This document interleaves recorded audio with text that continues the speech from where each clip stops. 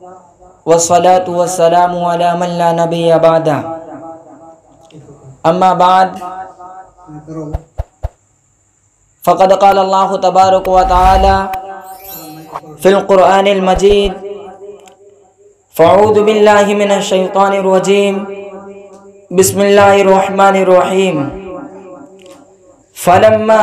فلما معه سعي قال يا بني إني أرى في المنام أني أذبحك فانظر ماذا ترى قال يا أبت افعل ما تؤمر ستجدني إن شاء الله من الصابرين صدق اللہ العظیم۔ ابراہیمی نظر پیدا بڑی مشکل سے ہوتی ہے، ابراہیمی نظر پیدا بڑی مشکل سے ہوتی ہے، ہوس ٹپ ٹپ کے سینے میں بنا لیتی ہے تصویریں۔ معزز صدر جلسہ اور معزز اساتذہ اکرام اور عزیز ساتھیوں، آج میں اس محفل میں مجھے جس تاریخ ساز اور حیرت ناک موضوع پر لب کشائی کرنی ہے وہ تاریخ انسانی کا ایسا انوکھا واقعہ ہے جو اگر قرآن مقدس کے صفحات پر درج نہ ہوتا تو اس کی صداقت پر، اس کی حقانیت پر یقین کرنا مشکل ہو جاتا۔ وہ واقعہ حضرت ابراہیم علیہ السلام کی بے مثال قربانی کا ہے۔ میرے دوستو، جب سے عالم کون و مکان کو سجایا گیا ہے اور اس میں حضرت انسان کو بسایا گیا ہے، تب سے لے کر کے آج تک اس کارگاہ رنگ و بو میں دوستی اور محبت کی انگنت داستانیں وجود میں آئی ہیں۔ تسلیم اور رضا کی بے شمار واقعات رونما ہوئے ہیں، ایثار اور قربانی کی لاتعداد داستانیں وجود میں آئی ہیں، مگر تسلیم اور رضا کا ایک ایسا واقعہ جس نے سابقہ تمام واقعات کو بے وزن کر دیا، دوستی اور محبت کی ایک ایسی داستان جس نے سابقہ تمام داستانوں کے ریکارڈ کو بیکار کر دیا، ایثار اور قربانی کی ایک ایسی حکایت جس نے سابقہ تمام حکایتوں کو بے وزن کر دیا، اور وہ حضرت ابراہیم علیہ السلام اور حضرت اسماعیل علیہ السلام کی بے مثال قربانی کا واقعہ ہے۔ میرے دوستو، زمانہ کروٹیں لیتا رہے گا، زمانہ کروٹیں لیتا رہے گا، حالات بدلتے رہیں گے اور اس کارگاہ عالم میں انقلاب بدلتے رہیں گے، داستانیں وجود میں آتی اور مٹتی رہیں گی، مگر یہ ایثار اور قربانی کی ایک ایسی داستان ہے جو انمٹ ہے، اور یہ ایک ایسا واقعہ ہے جو زندہ جاوید ہے۔ میرے دوستوں اور بزرگوں، یہ رہتی دنیا تک کے لیے انسانوں کو درس عبرت دیتا رہے گا، نئے فتنے فلک لاتا رہے گا، نئے فتنے فلک لاتا رہے گا، آسمان پہ آگ چمن برساتا رہے گا،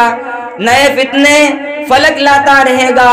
چمن پہ آگ برساتا رہے گا، مگر ایک پھول تاریخ چمن میں وجود عشق منواتا رہے گا۔ میرے دوستوں اور بزرگوں، یوں تو سیدنا حضرت ابراہیم علیہ السلام کے پوری حیات مبارکہ سرفروشانہ، مجاہدانہ، جرأت مندانہ واقعات سے بھری پڑی ہوئی ہے۔ بت پرستانہ ماحول کے اندر پوری قوم کے سامنے اعلان توحید کرنا اور پوری قوم کے بت خانے کے اندر بت شکنی کی جرأت و جسارت کرنا، اور اس کے بعد معافی ترافی اور معذرت کے بجائے آتش نمرود میں کود جانے کو ترجیح دینا، اور وادی بے آب و گیا میں اپنی وفادار بیوی کو چھوڑ آنا، اور وادی بے آب و گیا میں اپنے اکلوتے بیٹے حضرت اسماعیل علیہ السلام کو چھوڑ آنا، اور پھر بڑا ہونے کے بعد اس کو رضائے الہی میں قربان کر دینا۔ میرے دوستو، یہ ایسا واقعہ ہے جو رہتی دنیا تک کے لیے انسانوں کو درس عبرت دیتا رہے گا۔ اور یہی واقعہ حضرت ابراہیم علیہ السلام کی حیات مبارکہ کا آخری واقعہ ہے، اور یہی میری تقریر کا موضوع بھی ہے۔ اس لیے میں کسی دوسری کی تفصیل میں نہ جاتے ہوئے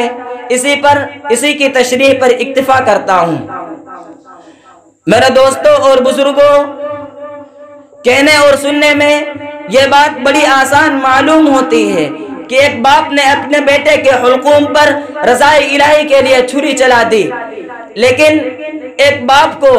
اور اس کارنامے کو انجام دینا انتہائی مشکل ہے۔ اس کی وجہ ہے شفقت پدر ضرب المثل ہے، یعنی ایک باپ کو اپنے بیٹے سے جو محبت ہوتی ہے، ایک باپ کو اپنے بیٹے سے جو الفت ہوتی ہے، ایک باپ کو اپنے بیٹے سے جو چاہت اور لگاؤ ہوتا ہے، اس کا اندازہ، اس کا تخول اور اس کا تصور وہی لوگ کر سکتے ہیں جو صاحب اولاد ہیں، خصوصاً جب اولاد ہونہار ہو، اطاعت شعار ہو اور خدمت گزار ہو۔ اس سے بڑھ کر کے بھی جب اولاد اکلوتا ہو، اس کے علاوہ کوئی دوسری اولاد نہ ہو، پھر غور کریں کہ ایسے باپ کو اپنے بیٹے سے کتنی محبت ہو سکتی ہے، کتنی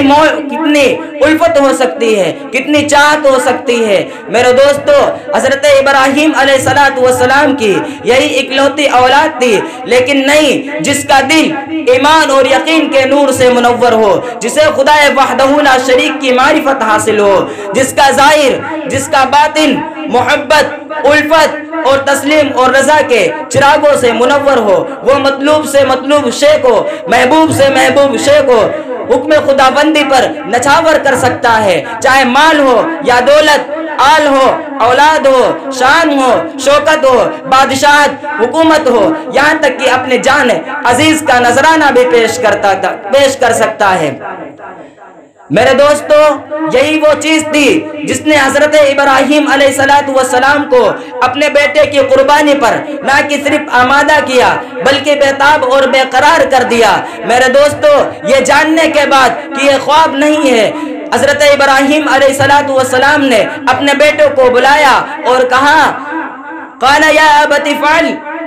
قال یا بنی انی ارى فی المنام، اے میرے بیٹے، میں نے خواب میں دیکھا ہے، انی اذبحک، کہ میں تجھ کو ذبح کر رہا ہوں، فانظر، تو آپ غور کر لیجئے، ماذا ترى، کہ آپ کیا مناسب سمجھتے ہیں۔ میرے دوستو، حضرت اسماعیل علیہ السلام نے فرمایا، قال یا ابت افعل، اے میرے ابو جان، ما تؤمر، آپ کریے جس کو آپ کا حکم دیا گیا ہے، ستجدنی انشاءاللہ من الصابرین، آپ ان قریب مجھ کو صبر کرنے والوں میں سے پاؤ گے۔ میرے دوستو، یہ حضرت ابراہیم علیہ السلام اپنے بیٹے حضرت اسماعیل علیہ السلام مشورہ نہیں لے رہے تھے، بلکہ ان کو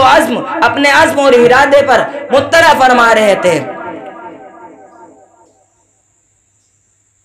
اپنے عزم اور ارادے پر حضرت ابراہیم علیہ السلام اپنے بیٹے حضرت اسماعیل علیہ السلام کو مطلع فرما رہے تھے، اور حضرت ابراہیم علیہ السلام نے اپنے بیٹے سے کہہ دیا تھا کہ میں نے تجھے رضائے الہی میں قربان کرنے کا تہیہ کر لیا ہے، تیری مرضی ہو یا تیری مرضی نہ ہو، میں تجھے اللہ تبارک و تعالیٰ کے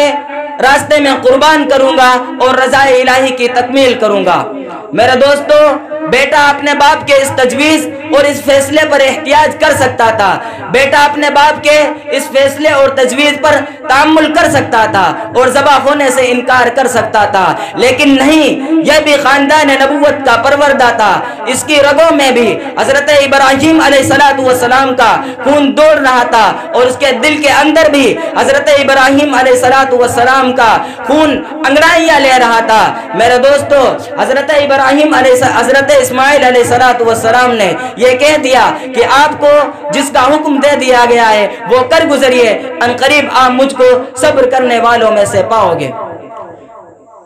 اللہ تبارک و تعالیٰ سے دعا ہے کہ ہم کو بھی حضرت ابراہیم اور حضرت اسماعیل علیہ السلام والی اللہ تبارک و تعالیٰ سے محبت کرنے کی توفیق عطا فرمائے۔ وما علینا الا البلاغ۔